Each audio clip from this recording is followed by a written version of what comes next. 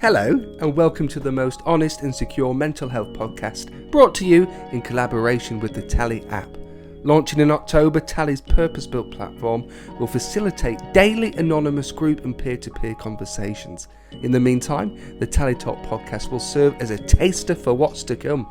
For the latest news and updates from the Talley App launch, follow @talley.app on Instagram, or you can visit www.talleyapp.com. Please also be aware that this podcast at times will cover sensitive and triggering topics due to the nature of conversation. Thank you and enjoy the show. Hello Tallyers, Josh here. Welcome to Talley Talks, the podcast, Season 2, Episode 1. Today we're talking about male sexual abuse and assault, and we're joined by two very fabulous guests. Brad, who is all the way in New York, a city so famous I can't afford to go there, and also Rory, who is in Dublin, which is the home of Riverdance. It doesn't matter if it's called River or the Cha-Cha, I cannot do it. Now, I do want to make clear, Talley is an anonymous platform. However, Brad is a public media persona. I love that word. And Rory, his story had been made public a few years ago. So we thought for this episode, it'd be nice if we all just be ourselves and have a good old chinwag. Now I'm going to pass over to Brad. Brad, how are you? I'm great. So happy to be here. And this could be my first chinwag. So I'm excited. I think that's a very British thing, a chinwag. It's not a threat, don't worry. I didn't think it was. I'm excited about it. I'm excited to feel that wind. Tell me more about your work and your career. I've got a few notes in front of me and it's very impressive. Oh, well, thank you. So I have done some hosting. I've done some acting, but recently I've been more of an activist, speaking and educating around masculinity, consent, and gender issues using the framing of the media that is always kind of around us and conditioning us, and, you know, how it's good, how it's bad, and how we can make things better through it. Thank you, Brad. And I'm going to go to Rory now. Hello, Rory. How are you? I'm good, thanks, Josh. I can't speak for everybody from where Riverdance is from, but I think in general, everyone in Ireland as well. I was nervous and I thought you were going to go, it's not from Dublin, it's from Cork. But all is good. All is good. Now, Rory, could you just give us a bit about your background? I've read your story and it was quite harrowing, and I think you're absolutely brave for taking part in this podcast. Yeah, sure. I mean, as you probably know, I'm originally from Dublin and I've been living in the UK for probably the best part of 10 years now, actually working in podcasting and audio. But, you know, I'm sure as we'll go on to talk about throughout the conversation today, yeah, it's kind of taken me a while to get where I am for various reasons, but couldn't be happier to be here today. Thank you. And that's the point of this episode. The three of us, we're going to talk about our experiences and the hows and whys and wheres and who's of what happened. And hopefully at the end of it, if not you guys, at least myself and the Tallyers, that's a new name I've coined, we'll go away with a bit more information and be all the better for it. Now, at Talley, we'd like to do a check-in to these events.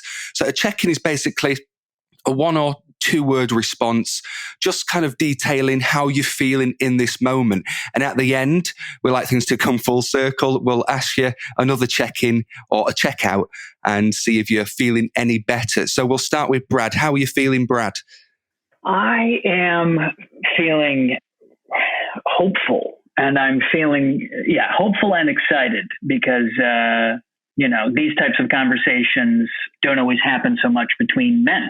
And so hopeful and excited are the 2 words I would choose. He's gone for 2. Thank you, Brad. And Rory, what is your word? What's your check-in? I'm going to give you the word relieved because I'm glad that Brad is also here, because I've had a few conversations like this. And I think when you're talking about something like this, which can be quite heavy and quite intense, sometimes it can feel like there's a lot of pressure on you to deliver. So, Brad, I'm glad we get to share the responsibility today. Yeah, I'm glad.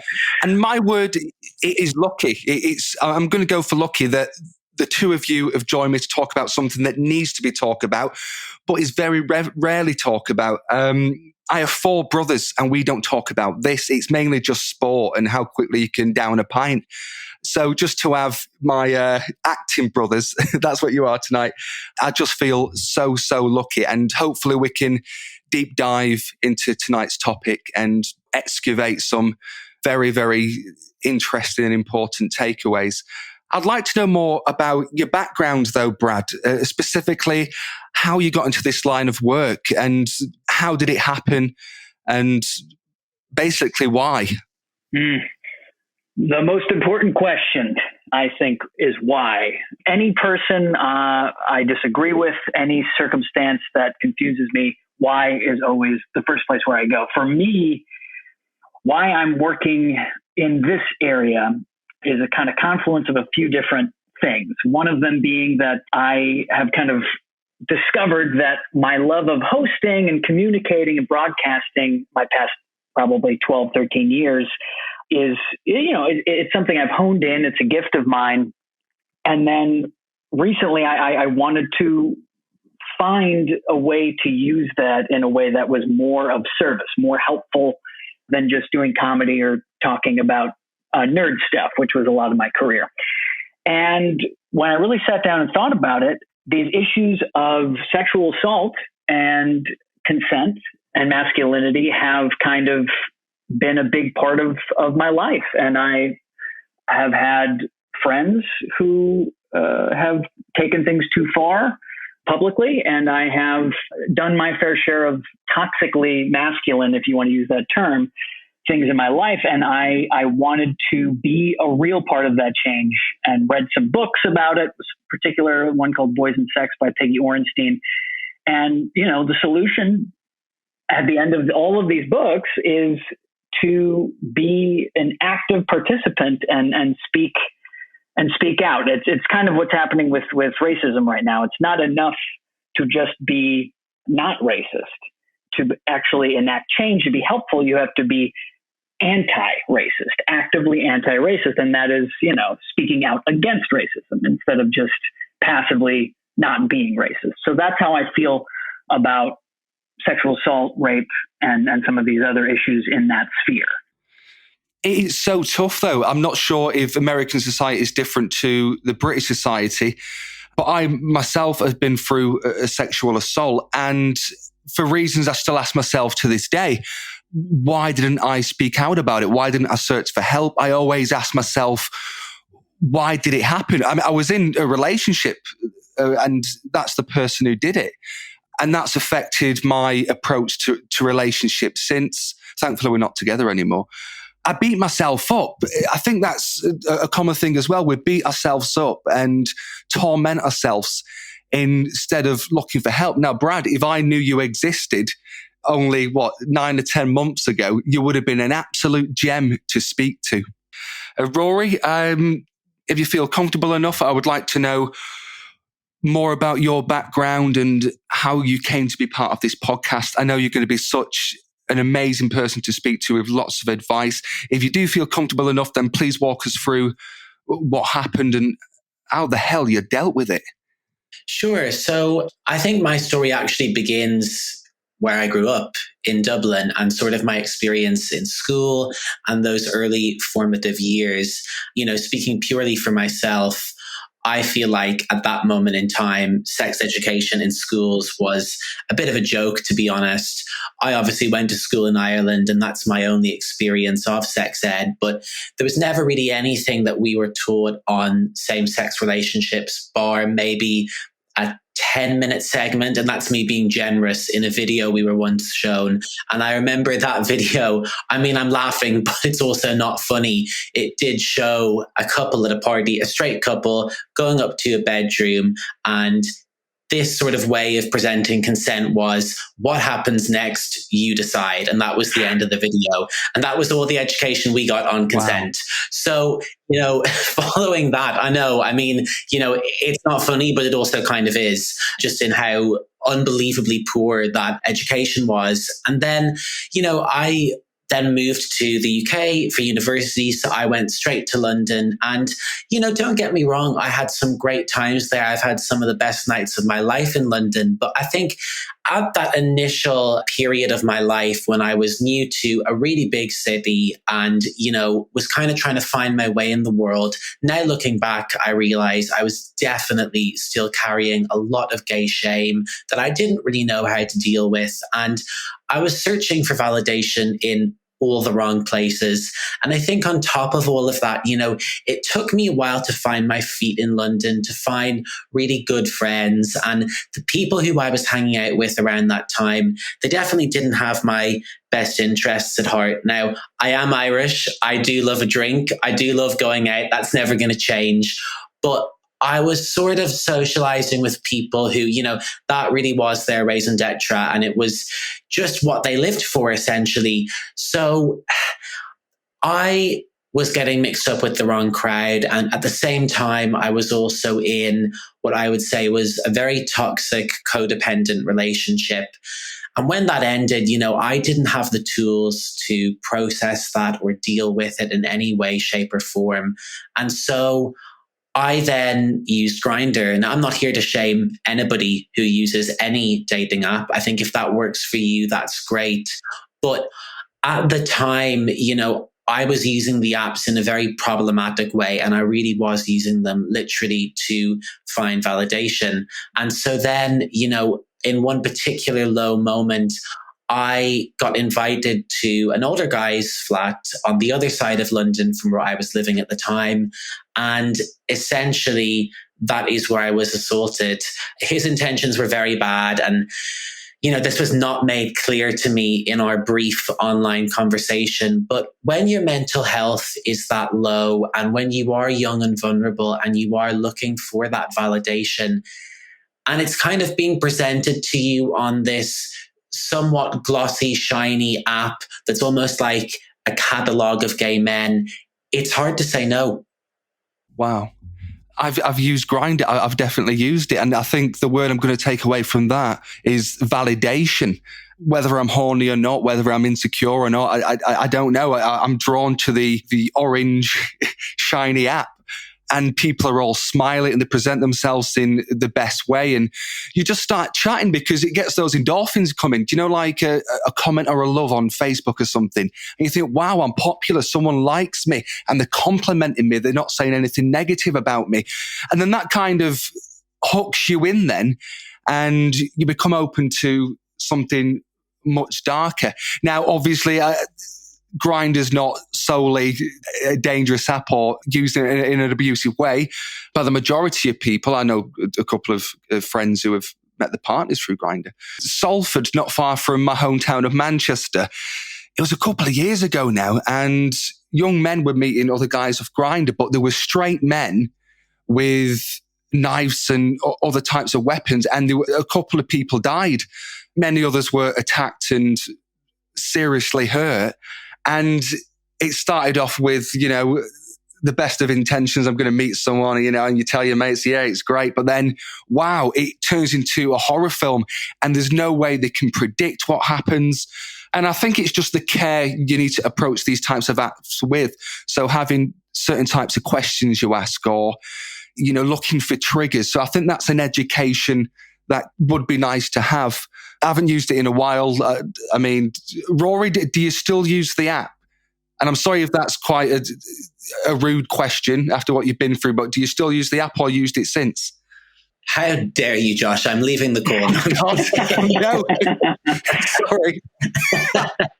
No, look, Josh, here's the thing. Like I said a moment ago, I'm not here to condemn anybody who uses the app or any app for that matter. And, of course, I'm still on some of the apps. But what I would say is if I'm going to use any of these apps, because it's not just Grindr, bad things can happen on any dating app.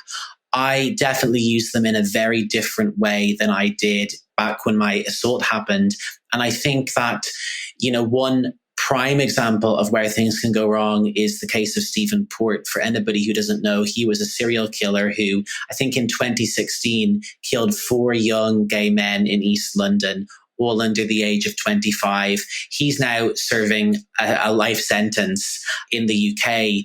but, his intentions were obviously terrible. And the thing is, that can happen anywhere. He could have met those men in a bar, he could have met them on the street. And of course, we know these things happen. But I think the thing about the apps is they give people relative anonymity, and they also make it a bit easier to lie about who you are and what's actually going to happen. And also, once you have agreed to go and meet someone and you've sort of given the consent to meet them, it's very hard to back out. I think it takes a lot of confidence to walk into a situation where you've agreed to have sex with someone, and then when you actually get into their private home, say no. So that can be really difficult. And that sort of is what happened to me.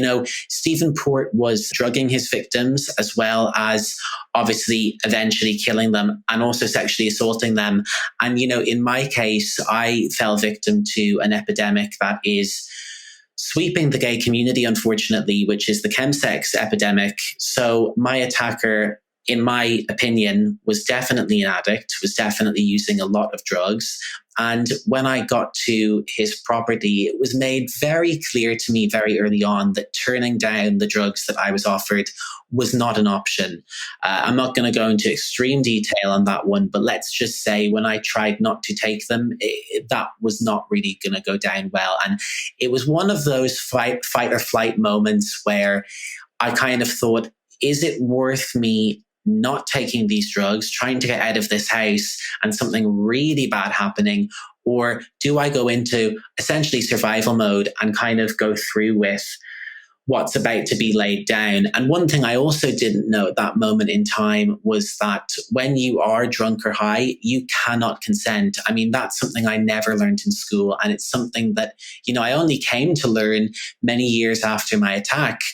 So, in a nutshell, I obviously was then drugged with the substance G and also with a white powder, which, looking back on my experience, I now think that was probably methadone, but I'll never know for sure.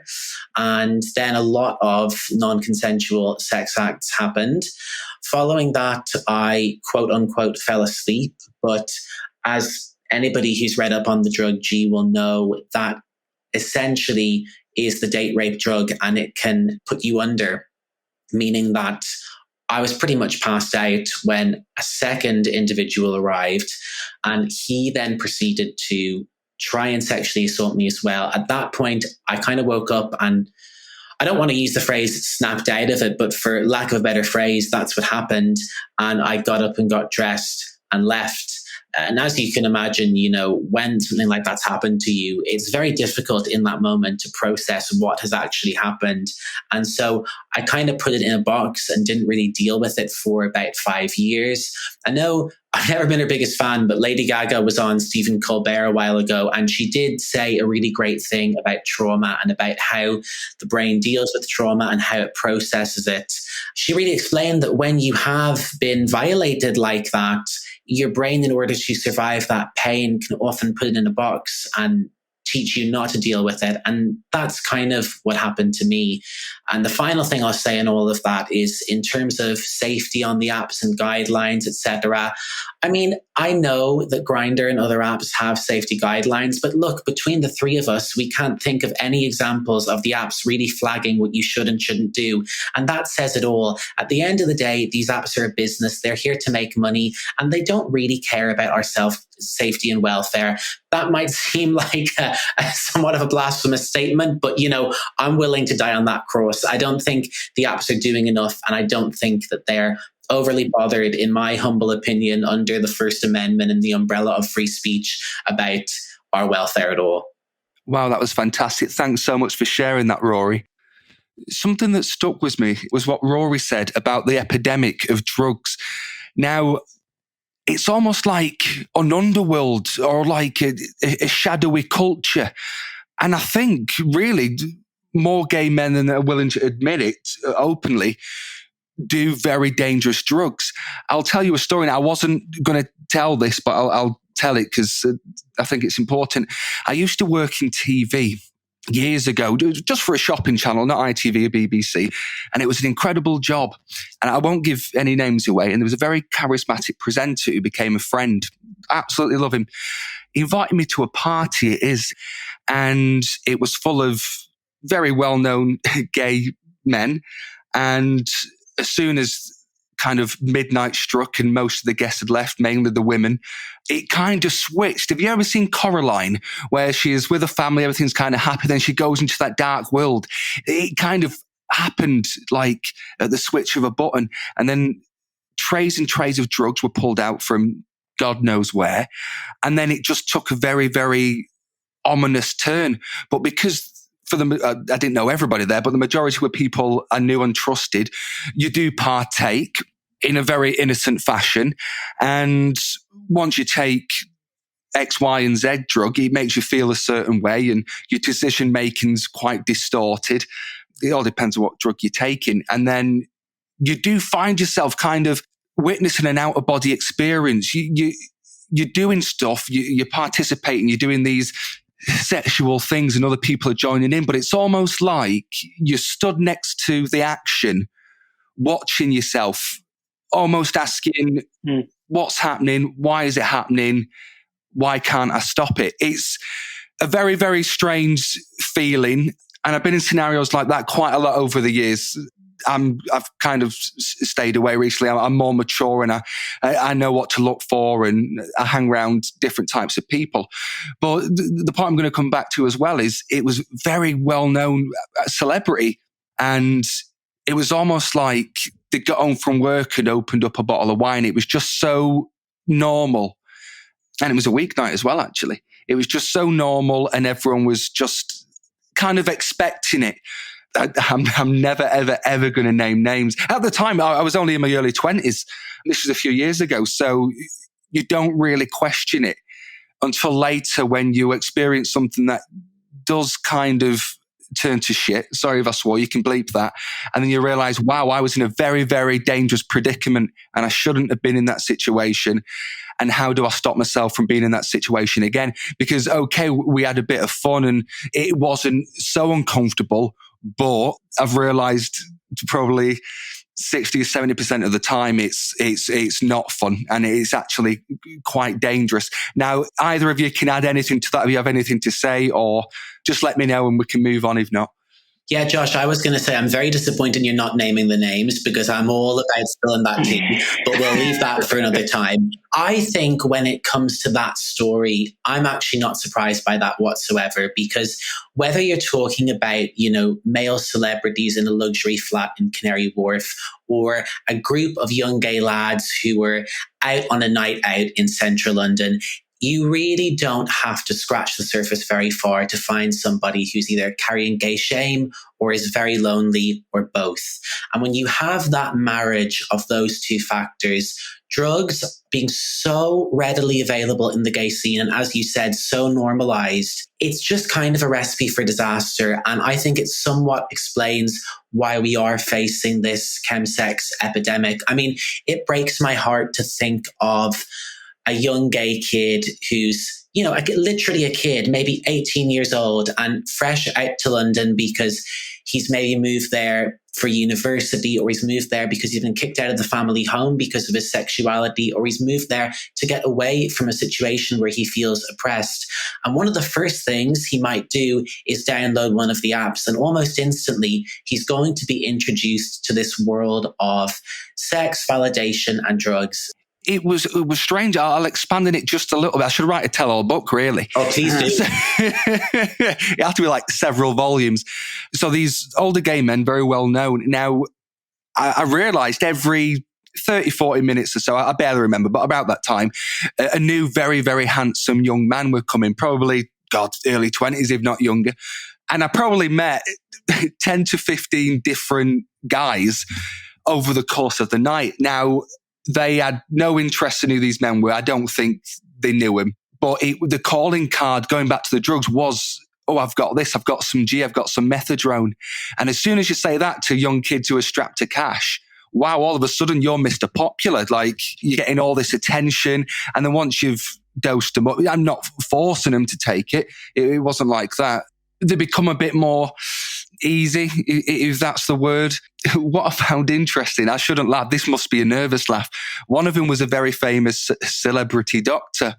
So he was administrating these drugs, but he would kind of count, measure, and distribute them all in a very, very sensible way. I didn't think I was going to use that word in this monologue.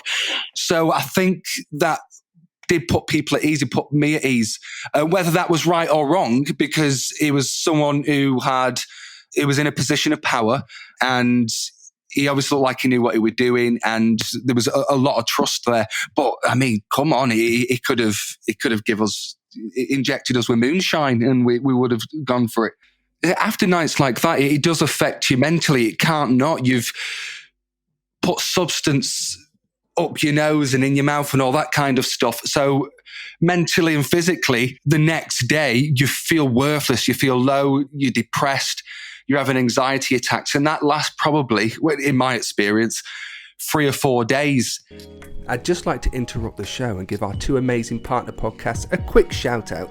Firstly, My Mental Mates is the podcast opening up the conversation on mental health by having guests share their experiences and discussing the good, the bad and the ugly of mental health.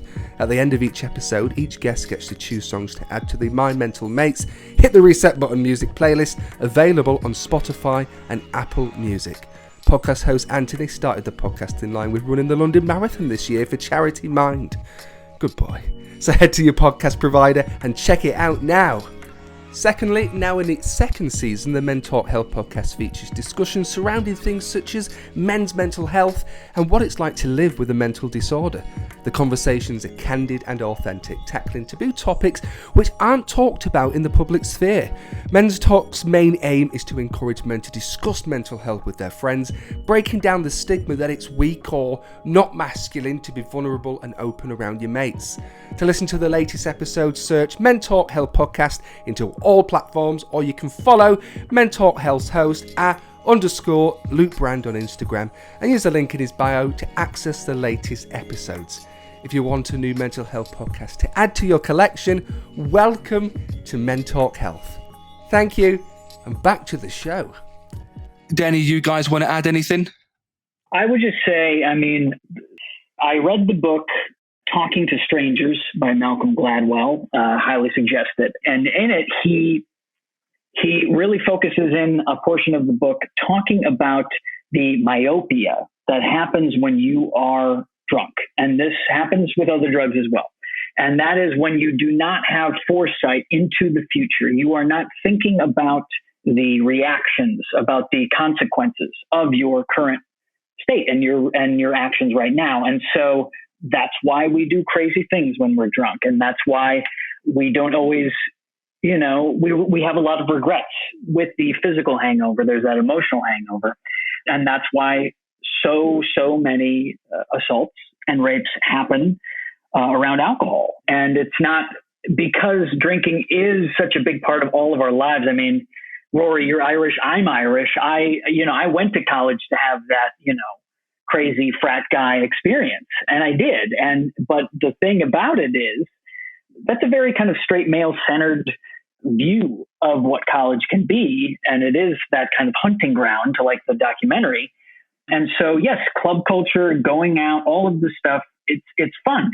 It's fun to do drugs. It's fun to drink.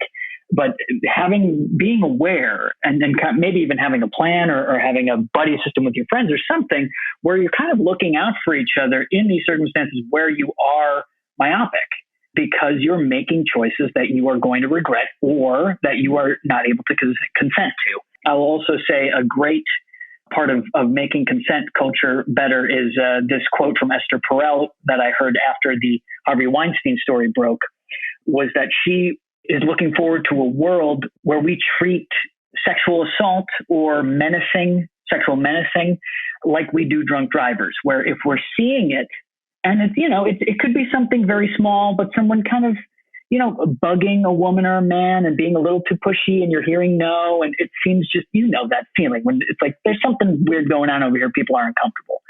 Pointing it out in the moment like we do, or stopping someone in the moment like we do when someone's going to drunk drive. That's the kind of way we fix this socially. because waiting for something worse to happen is how it perpetuates and how it continues to be something that then goes through the courts. And it's this much more complicated thing than stopping, drunk driving from happening at the source. And so that's my hope as well. But I kind of love that comparison. I've seen it happen. I think we've all seen it happen, especially in Canal Street. And now this isn't putting negativity onto the gay community. But there are moments when I think, is that person okay? Should I have asked him if he's okay? Should I flag it up with the policeman I can see walking past down there or something like that? And I do kind of question why I don't. Do you think I'm afraid of a bust-up, or I want to mind my own business? So what do you think that is? Well, I can talk about getting the police involved if you want, and why that is not something I have a lot of faith in. I mean, about a year after my story going public, I was invited to speak at a conference, which was the first conference of its kind. It was the Chemsex Crime Prevention Conference, which essentially was attended by a bunch of senior police and detectives and people who were working in chemsex crime prevention. Now, I have no background in law, whatever. I felt like Elle Woods from Legally Blonde. I was loving it, except I'm ginger, so don't know if I quite fit the brief. But anyway, I was there, and I was one of the people who gave sort of a human experience speech. And two of the detectives who worked very closely on the Stephen Port case, who is the serial killer from London, who's been jailed for killing 4 young gay men in chemsex-related deaths, I have to say, they were texting on their phones throughout my speech. And, I've never been one to shy away from the spotlight. Yes, I do like attention, but I don't think it's too much to ask for their eyes for 5 minutes while I'm telling my story. And they also, in that circumstance, were making jokes about Stephen Port's appearance to the whole room, which, Stephen Port's not a looker, but I don't think it's relevant to the conversation that was being had that day. And in that moment, to be honest with you, my faith in reporting any sort of hate crime was kind of lost, or any assault or any attack that perhaps has some sort of homophobia involved in it, because I just felt like the police don't want to know. Now, I'm not saying that's true in all cases. I was invited there by somebody else who works for the London Met Police, somebody who I have great faith in. But I actually think that, in some ways the system is broken. And that kind of taught me not to have a huge amount of faith in the police, which I am not saying is the right lesson for everyone. I'm not saying we shouldn't report these incidents, these crimes, but I'm saying in my experience with 2 very senior police who specifically work in prevention for this type of crime, it wasn't good. Wow, thank you so much. Well, what I touched on before, I think if I see that type of thing, I'd kind of judge the situation. And Canal Street's a very public place anyway. Well, anywhere is where you go out for a drink, and this thing may occur. But I'm so sorry to hear that. That's so frustrating. And what's things like since, though, Rory? This was it years ago, 6 years ago, something? Yeah, it was about 6 years ago now. The story went public in 2020. So that instance was about a year ago.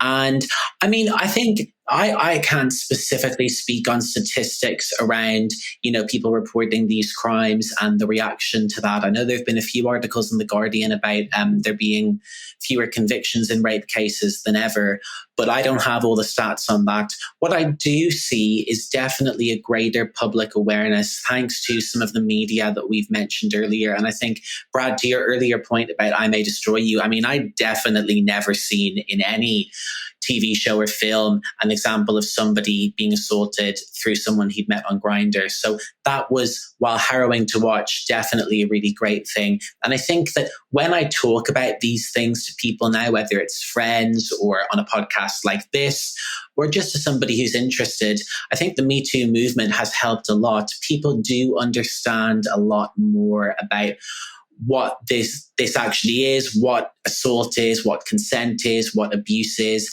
And, I get a largely positive reaction to everything that I say.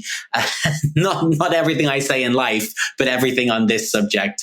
And so I think the tide is turning in that sense. But I think we've had a system that's been broken for so long that it's going to take a long time to undo a lot of the abuse that we've seen and the amount of people who've gotten away with it in the past. But I'm all about positivity and optimism. And I think conversations like this, people like ourselves, like some of the stuff that Brad is doing, it can only help. Guys, I've got some questions from the Talley community. Am I all right to ask you 2 questions apiece? Absolutely. Go for it. Right. Okay. I'm going to start with you, Brad, if that's all right. Sure. Right, here we go. So your background is in masculinity and self-improvement. What do you feel is the biggest stigma holding men back from talking about and opening up on past experiences, and how as a society can we move on this? The biggest stigma is that keeping men from being more vulnerable about their feelings. And I mean, I think that the men who need it the most probably hate the term, but a safe space. And that doesn't just mean a literal physical space, but an emotional space with someone else that is lacking judgment and full of curiosity. It's full of curiosity of the why men are feeling the way they are, what is going on, and a kind of just non-judgmental, empathetic support.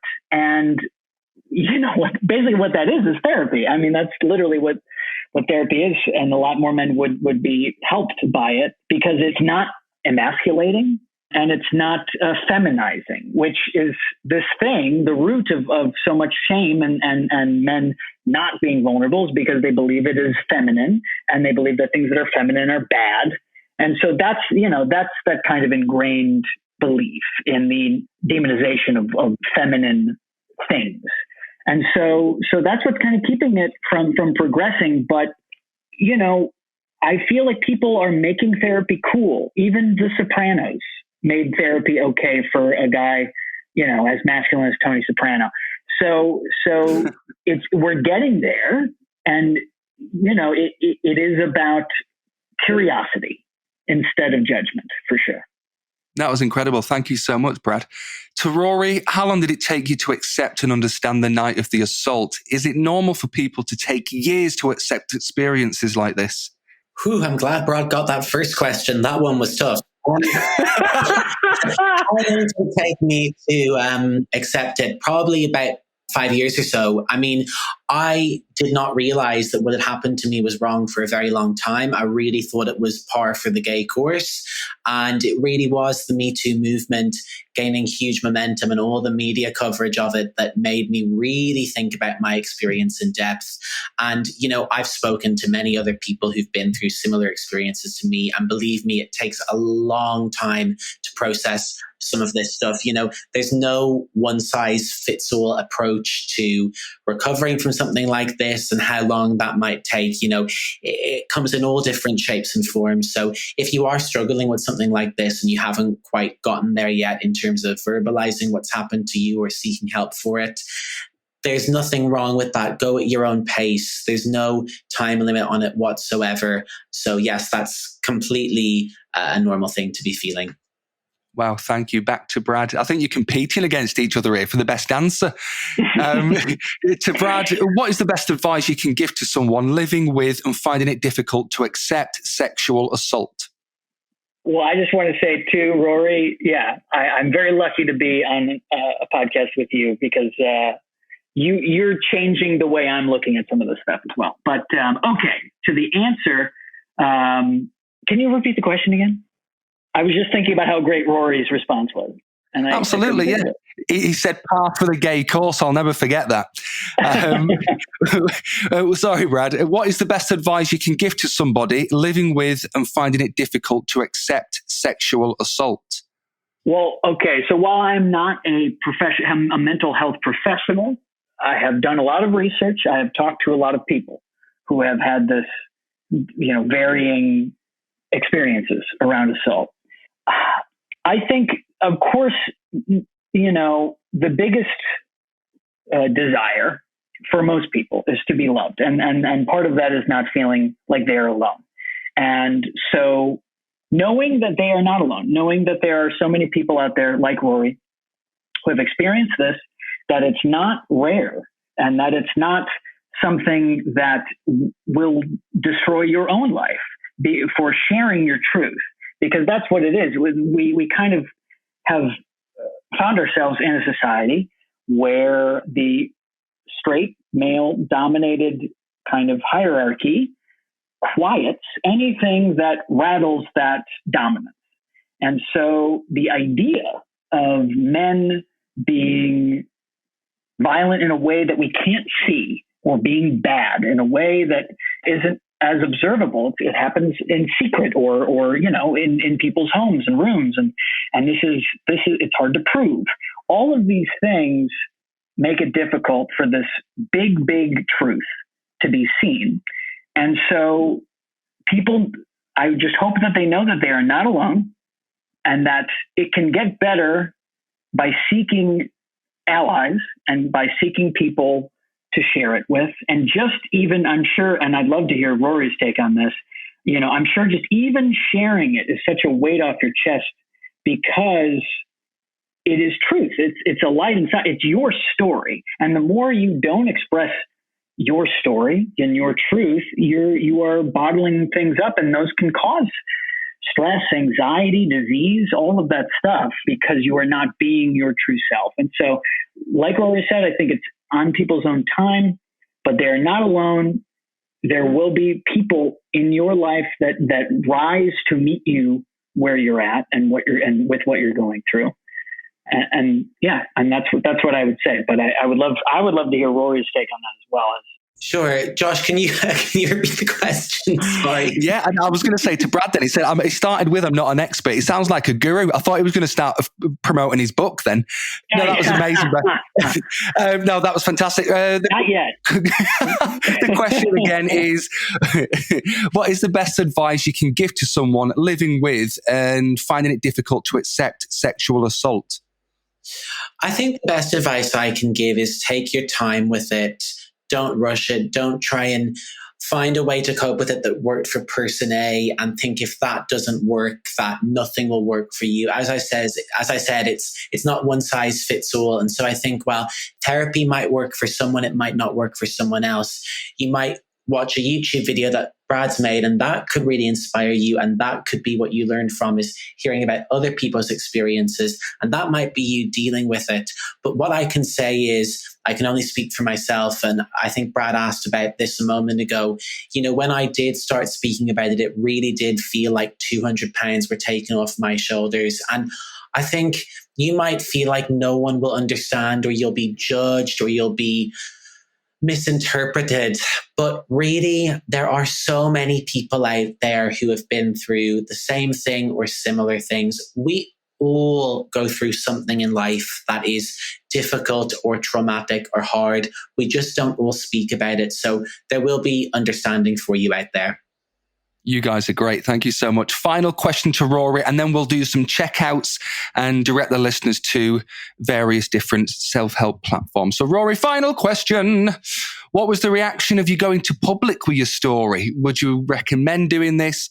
And how has your life changed from doing this? Did you have a conversation with your family and friends about going public beforehand? Yeah, I would recommend going public if that feels right for you. Again, I don't think that you should look at myself or anybody else who's gone public and think that's the right course of action for me just because it may have worked for me.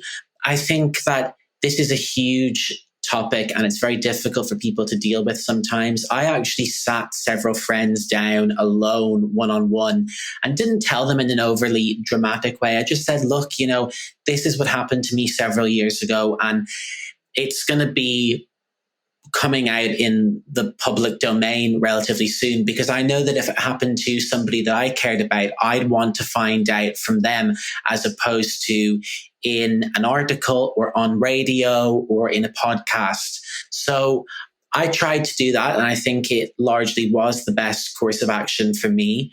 And I couldn't be happier that I've gone public with it. I think that it's brought me a lot of great things in my life, and it's definitely helped me turn what was obviously an overwhelmingly negative situation into a positive. And the last thing I'd say on that is, my ultimate motive for going public with my story was to hopefully change even just one young, vulnerable person's life by hopefully them not making the same mistakes. But I say mistakes with a very heavy heart that I made, because yes, I suppose I made some mistakes, but I was being human and I was in a very bad place. And I'm hoping that if somebody else is in a bad place like I was, they hopefully won't go down the path that I did. Hopefully they might listen to this conversation and perhaps it will increase their self-worth and show them that there is lots of hope out there.